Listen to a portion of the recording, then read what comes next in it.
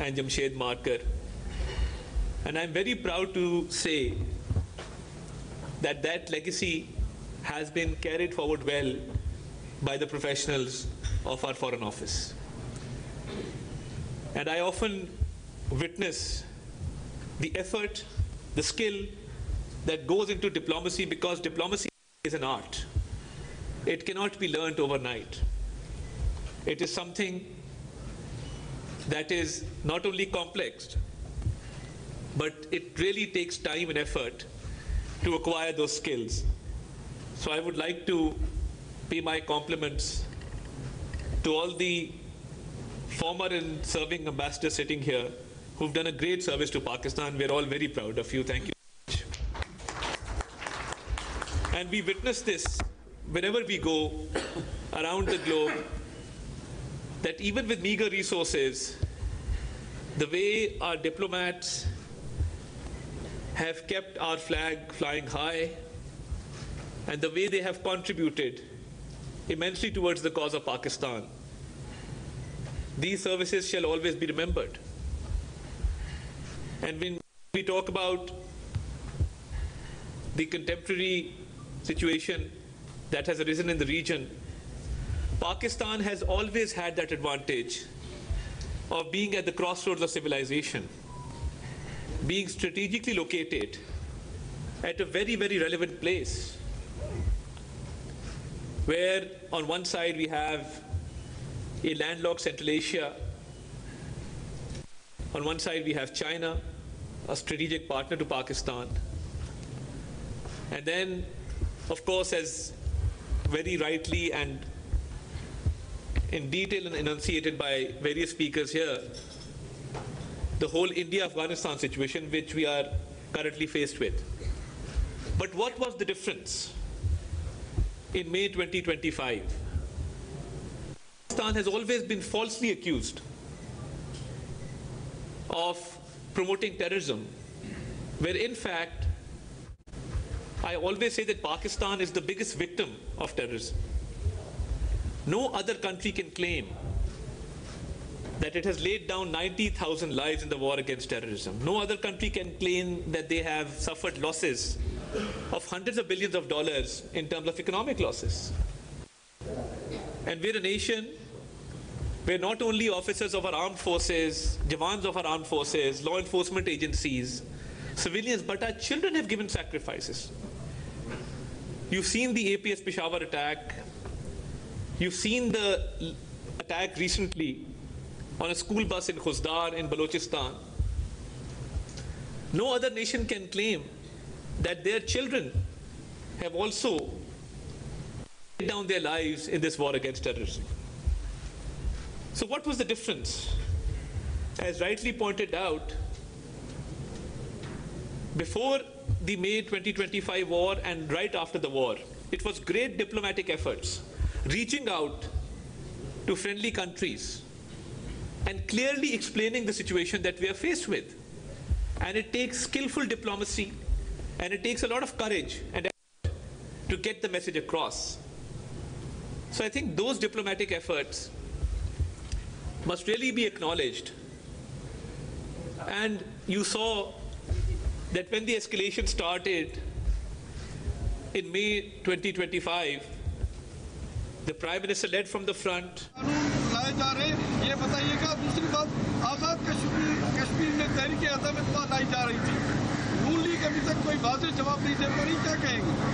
देखिए, पाकिस्तान मुस्लिम लीग नून का बहुत वाज़े मौक़िफ़ है।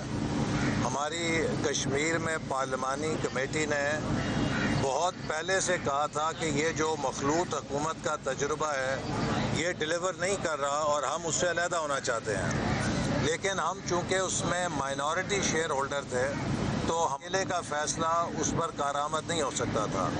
अब दोनों जमातों ने, पाकिस्तान पीपल्स पार्टी और पाकिस्तान मुस्लिम लीग नून ने मिलकर फ़ैसला किया है कि आज़ाद कश्मीर में तहरीक अदम एतमाद के ज़रिए मौजूदा सेटअप को रुखसत किया जाए और इस पर मुस्लिम लीग नून ने पीपल्स पार्टी के साथ मिलकर तहरीक अदम एतमाद लाने का ऐलान किया है। अलबत्ता पाकिस्तान मुस्लिम लीग नून की पार्लिमानी पार्टी का ये फ़ैसला है कि वो تبدیلی کے بعد، عدم اعتماد کے بعد اپوزیشن میں بیٹھ کے اپنا کردار ادا کرنے کو ترجیح دیں گے، اور پاکستان پیپلز پارٹی نے مسلم لیگ نون کے اس فیصلے کو تسلیم کیا ہے، اور میں سمجھتا ہوں کہ یہی ایک میچور جمہوریت کی نشانی ہے کہ جہاں دو جماعتیں اگر مل کر تحریک عدم اعتماد لا رہی ہیں تو وہ ساتھ ہی ساتھ ایک دوسرے کے حق حکومت سازی اور حق اپوزیشن کو بھی تسلیم کر رہی ہیں کہ وہ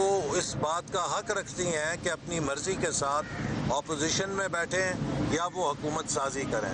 تو اس لیے ہمارے موقف میں کوئی ابہام نہیں ہے، وہاں ہم تحریک عدم اعتماد کے ذریعے سیٹ اپ کو رخصت کرنا چاہتے ہیں چونکہ یہ ناکام ہوا ہے، اور اس کے علاوہ ہم اپوزیشن میں بیٹھ کے اپنا جمہوری کردار ادا کریں گے اور کشمیر کے عوام کی نمائندگی کریں گے۔ یہ اس کا میں جواب دے چکا ہوں۔ کراچی چلتا ہے تو پاکستان کا بیان بھی چلتا ہے، کراچی کو دی گئے BRT منصوبے کو تو کہاں مکمل نہیں کیا گیا، کیا کراچی کو دیگر وفاق کی جانب سے کوئی منصوبے دیے جائیں گے ابھی؟ دیکھیے، میں تو آج آپ کے سامنے کھڑا ہوں ایک وفاقی منصوبے کے لے کر کہ یہ تقریباً 5.5 ارب کا منصوبہ ہے جو کہ گزشتہ 29 ارب کے اس منصوبے میں اضافہ کرے گا اور اس سے کراچی کے عوام کو بہت سہولت ملے گی۔ تو اس لیے وفاقی حکومت نے اپنی حد تک کبھی کوئی کم و بیش نہیں کی اور کراچی کو ہمیشہ ترجیح دی ہے۔ پاکستان کے کسی حصے میں، لاہور میں، ملتان میں، پنڈی میں، پورے پنجاب میں جو میس ٹرانزٹ کے منصوبے ہیں یا اورنج لائن ہے، وہ پنجاب حکومت نے اپنے وسائل سے اور اپنے بجٹ سے بنائی ہیں، وفاقی حکومت نے اس میں 1 روپیہ نہیں ڈالا۔ لیکن یہ کراچی کے لیے خصوصی ہم نے ایک تحفہ دیا تھا نواز شریف صاحب نے کہ 29 ارب روپے کا یہ منصوبہ تھا جو پہلا مرحلہ مکمل ہوا ہے، اور اب 5.5 ارب روپے مزید اس میں ہوں گے۔ اسی طرح K4 کے منصوبے میں بھی جو اوریجنل اس کا پلان تھا وہ یہ تھا کہ آدھی اس میں صوبائی حکومت رقم ڈالے گی اور آدھی وفاقی حکومت ڈالے گی، لیکن بعد ازاں اب یہ 100% وفاقی حکومت اس میں اپنا حصہ دے رہی ہے، تو اس لیے وفاقی حکومت تو کبھی پیچھے نہیں ہٹی۔ اچھا ایسا اقبال صاحب، یہ ایم کے ایم کے جو فنڈ آئے ہوئے تھے اس کے اوپر معاملات تھے، اسی سوال کے ساتھ ایم کے ایم کا فنڈ آیا ہوا تھا، سندھ گورنمنٹ کو اس پہ اعتراض تھا کہ وہ PDSL کے ذریعے کیوں ہو رہا ہے، اس پر بھی بات ہوئی آپ کی CM صاحب سے؟ میں ایڈ کر دیتا ہوں۔ دیکھیں، 3 کمپوننٹ جیسے اقبال صاحب نے کہا، 3 کمپوننٹ ہے K4 کے۔ پہلا کمپوننٹ ہے جو KB فیڈر کے تھرو کوٹری بیراج سے پانی لے کے آنا ہے، وہ سندھ گورنمنٹ اور فیڈرل گورنمنٹ 50-50% کے اوپر کر رہی ہے۔ دوسرا کمپوننٹ ہے کنجر لیک سے لے کے پانی کی کراچی شہر تک لے کے آنا، وابڈا کر رہی ہے اور فیڈرل گورنمنٹ کر رہی ہے۔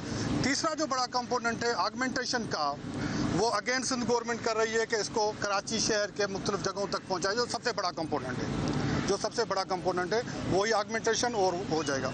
اب آ جائیں، جیسے بھائی نے سوال کیا PIDCL کے اوپر کہ بھائی یہ 1.8 جو کلومیٹر پہ KMC کے کچھ اعتراضات تھے کہ بھائی یہاں پہ ڈرینیج کا نیٹ ورک کس طرح ہوگا، کیونکہ 2017 کی NOC کے اوپر کیا جا رہا تھا، پانی کی لائنیں ڈسٹرب ہوگی، وہ کس طرح کیٹر ہوں گی، فٹ پاتھ کس طرح ہوگا، کوآرڈینیشن کا ایشو تھا جس کے لیے اوپر احسن اقبال صاحب نے میٹنگ کی ہے CM صاحب سے، ایک فوکل پرسن رکھیں گے اور اس مسئلے کو ریزالو کریں گے۔ تو اس طرح سے کراچی میں جو بڑے گرین لائن اور اورنج لائن سندھ گورنمنٹ کو ہینڈ اوور کی گئی ہے، 3 ارب روپے سالانہ پاکستان پیپلز پارٹی کی گورنمنٹ اس کے اوپر سبسڈی دے رہی ہے اور رائڈرشپ بڑھی ہے۔ کچھ چیزیں اچھی شہر میں ہوئی ہیں جس کو ضرور اپریشیٹ کرنا چاہیے، اور اس کی رائڈرشپ 50-55 ہزار سے بڑھ کے 70-75 ہزار پہ ہوئی ہے۔ اورنج لائن جو سندھ گورنمنٹ کا فنڈیڈ تھا وہ بھی ملا کے، اور یہ کامن کوریڈور ہوگا نمائش سے لے کے ہمارے میونسپل پارک تک 1.8 اور میونسپل پارک سے لے کے ٹاور تک اگین ریڈ لائن کے اس میں بنے گا، تب یہ کامن کوریڈور کمپلیٹ ہوگا۔ تو PIDCL کے اوپر جو کوآرڈینیشن ہے اس کے اوپر یقیناً سندھ گورنمنٹ یہی چاہ رہی ہے، اگر کہیں پہ پانی کا پائپ ڈلنا ہے تو کس لائن سے ڈلے گا، کہاں لے کے جائیں گے، اگر ڈینیج کا کوئی پائپ لائن ڈلنا ہے تو کس لائن پہ لے کے جائیں گے، کہاں پہ لوڈ ہوگا، یہ یقیناً کوآرڈینیشن کے سوا ہوگا، اس کے علاوہ نہیں ہو سکتا۔ اس کے اوپر بات چیت جو 20 ارب روپے آئے تھے، 15 ارب روپے کراچی کے لیے، 5 ارب روپے حیدرآباد کے لیے، اس پر بھی انڈرسٹینڈنگ ہو گئی ہے کہ PIDCL کرے گی یا اس پر ابھی؟ جی دیکھیے، اس وقت جو آپ کو معلوم ہے کہ کولیشن گورنمنٹ ہے، और हम सारे फ़ैसले आपस में अफ़हाम तफ़हीम के साथ करते हैं। और कराची और हैदराबाद के लिए वज़ीर आज़म साहब ने ये खुसूसी पैकेज रखा था और इसके ऊपर PIDCL जो है ये अब पाक PWD की सक्सेसर ऑर्गेनाइजेशन है और वो पंजाब के अंदर भी, KP के अंदर भी, बलूचिस्तान के अंदर भी जैसे पहले पाक PWD करती थी। तो इसलिए ये कोई सिंध के साथ कोई मखसूस एक ऑर्गेनाइजेशन नहीं है जो काम कर रही है। चूँकि पाक PWD ख़त्म कर दी गई है, अब उसकी सक्सेसर ऑर्गेनाइजेशन जो पूरे मुल्क के अंदर चारों सूबों के अंदर ऐसे मंसूबे जिन्हें वफाकी हुकूमत फ़ंड करती है वो उसको कंप्लीट करती है या और उन पर अमल दरामद करती है। तो कोई हमारे दरमियान ऐसा मसला नहीं है। बाकी छोटी मोटी चीज़ें होती हैं उन्हें, जैसे अब ये KMC का मसला है, ये सिर्फ कोऑर्डिनेशन का इशू था। आज मेरी वज़ीर आला साहब से मुलाकात हुई है और उन्होंने अपने कहा है कि अफसरान को मुतय्यन करेंगे और PIDCL ने उसके अंदर जो पानी की ड्रेनेज के फुटपाथ के तफासील रखी हैं वो उनके साथ शेयर करेंगे, उनकी तशफ़ी कराएंगे और मुझे यकीन है कि बहुत जल्द ये इसका काम दोबारा शुरू हो जाएगा। Thank you very much.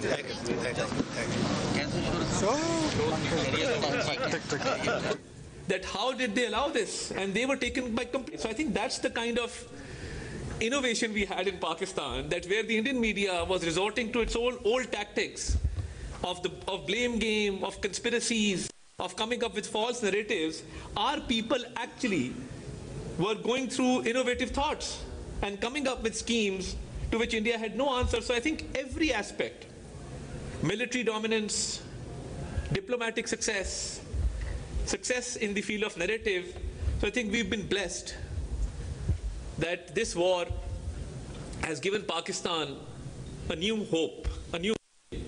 And I've been to more than a dozen countries post this war and accompanied the Prime Minister. I can tell you for sure that the respect that we've received and the way that we've been honored everywhere, I think we as Pakistanis are extremely proud. And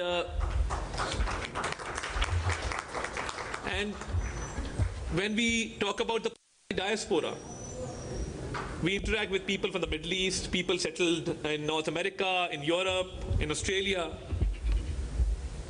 The way these people are treated has also been changed. So they also go out with a new hope, with a new vigor. So I think that's the kind of change that we've witnessed, where the Pakistani diaspora, the Pakistani expatriates have received a lot of respect across the globe.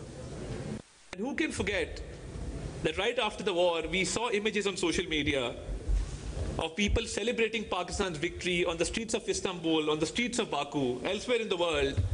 So those were very heartwarming images.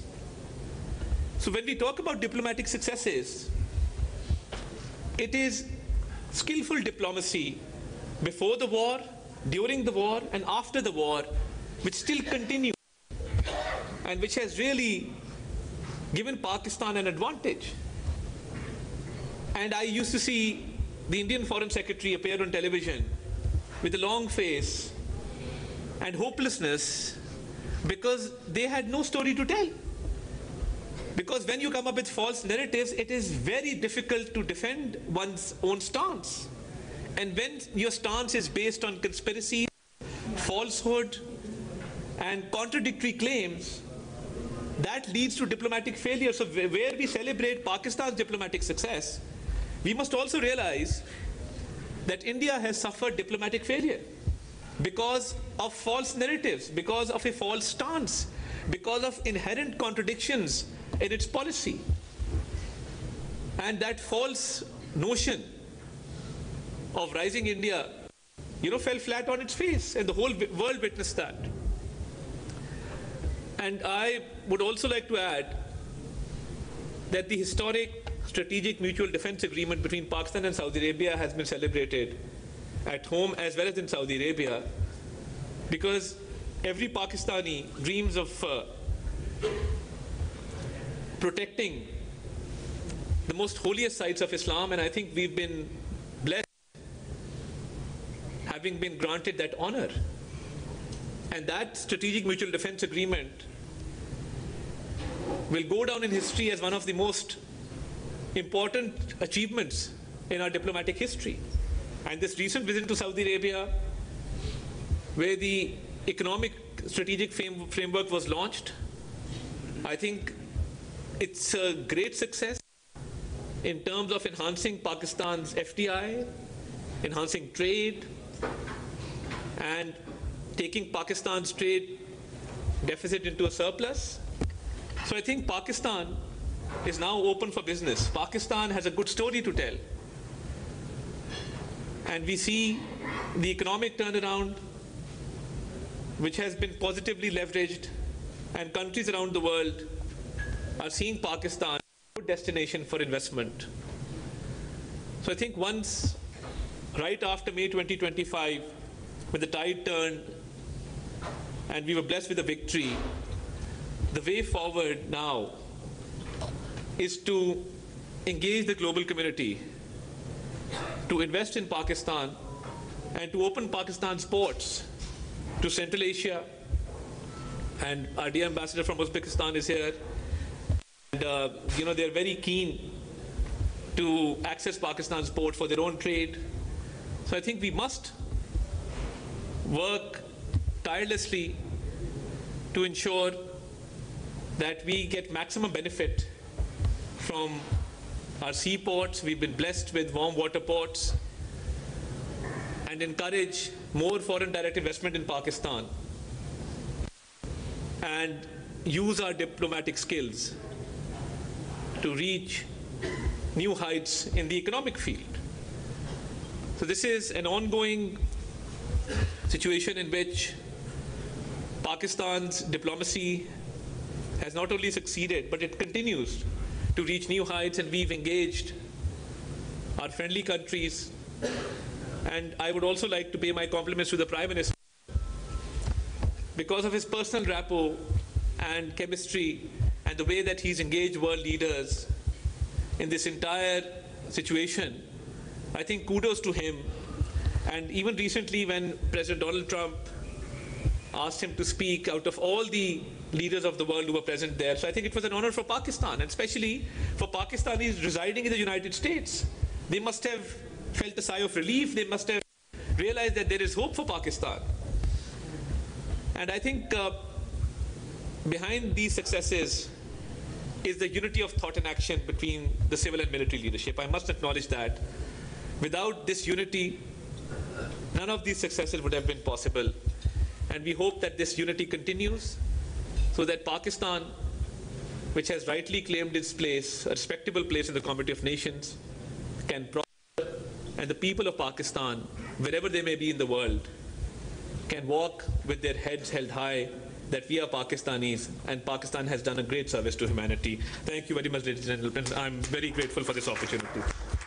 वज़ीर इत्तलात अताउल्लाह तारड़ इस्लामाबाद में एक तकरीब से खिताब कर रहे थे। यहाँ एक ब्रेक।